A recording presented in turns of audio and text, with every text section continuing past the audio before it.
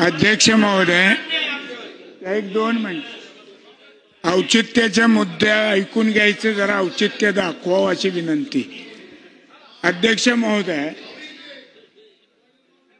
बार्शी येथे प्राचीनकालीन भगवंत मंदिर आहे, ज्याला तत्कालीन मुख्यमंत्री स्वर्गीय मनोहर पंत जोशी आणि तत्कालीन उपमुख्यमंत्री स्वर्गीय गोपीनाथजी मुंडे साहेब यांच्या मंत्रिमंडळानं बार्शीचं भगवंत देवस्थान हे तीर्थक्षेत्र म्हणून जाहीर केलेलं आहे.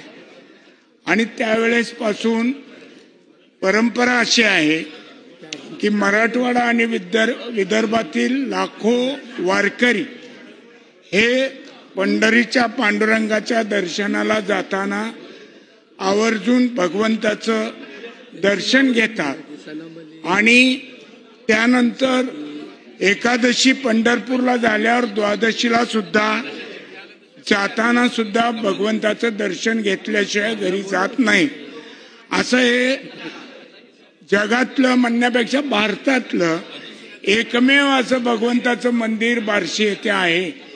माझी या औचित्याच्या मुद्द्याच्या माध्यमातून शासनाला विनंती आहे की अशा या प्राचीन आणि धार्मिक महत्व असलेल्या भगवंताची शासकीय महापूजा मुख्यमंत्री महोदयांनी या पुढच्या वारीपासून सुरू करावी अशी माझी आग्रहाची विनंती या औचित्याच्या मुद्द्याद्वारे मी करत आहे.